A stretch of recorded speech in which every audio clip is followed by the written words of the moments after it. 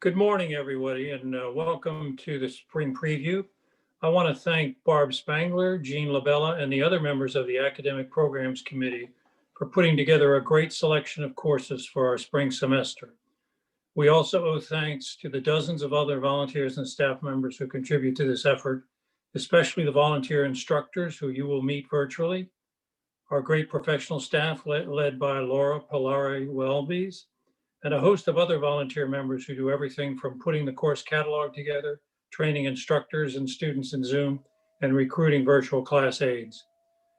As you know, we put together a member survey earlier this year, and I want to take a few minutes to share your collective views. First of all, thanks to all who completed the survey. Nearly 30% of our over 1,000 members completed it, which is a good return rate for this type of survey. The survey again showed that most members learned about Encore Learning by word of mouth. So please keep telling your friends about our organization, especially during this registration period. But a little over a quarter of our members discovered us through catalogs and other printed materials. So while we did not print catalogs this year, we did prepare a glossy brochure and have worked to advertise on a half dozen other publications, as well as online and radio sources. The survey reflected that our members are positive and very appreciative. The quick switch to virtual classes was praised, as was the work of class aides. Members are largely satisfied with the variety of course offerings as well as the quality of the courses. Suggestions for new courses run the gamut of our current categories, suggesting that each category is meeting a need. Gratitude for our existence as a safe and fulfilling diversion during the pandemic was noted by many of you. Members are also happy to be able to take our courses from anywhere, and the frustration of being waitlisted has faded. Members are flexible with regard to in-person classes versus online offerings. 2/3 of our responders said they would consider both virtual and in-person classes when the latter are offered safely again. There was no strong preference over the number of classes per course, but the shorter time period for classes, 60 and 90 minutes, garnered a stronger interest at 57%. 2/3 of our responders want to attend class in person once it is safe to do so. They miss the closer interaction with their instructors, as well as the socialization with other members. A little over 6% of respondents said they were not interested in taking virtual classes at all, a good reason to offer in-person classes when circumstances permit, in order to bring these members back.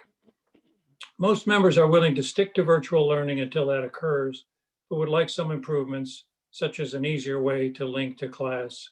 We are working on that and on other suggestions you made.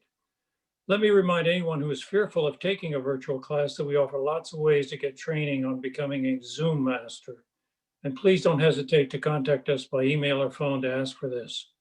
Virtual instruction has permitted us to extend our reach, so there is a small but growing number of members who can only participate virtually, a good reason to continue offering classes virtually even after the pandemic.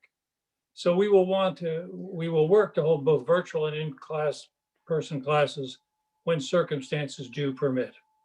We had some separate questions for new members, and they were happy to volunteer as class aides and committee members and would like to be able to gather in person for a meet and greet after COVID. We also want to have a club's open house at some point virtually to let members know about these and that they continue to function. Let me just say that we remain in a strong financial position, although virtual courses cost more to put on than in-person classes due to the cost of Zoom licenses and extra staff time to manage the technology. Some members wanted to know if we could record all courses. This would be very expensive and is really beyond our current means. If you want to repeat this preview or parts of it, it will be posted on our YouTube channel tomorrow, and we're going to put a link on our website for that. Also, we're going to have a break during this meeting, and during it, there will be a demonstration on how to register for courses.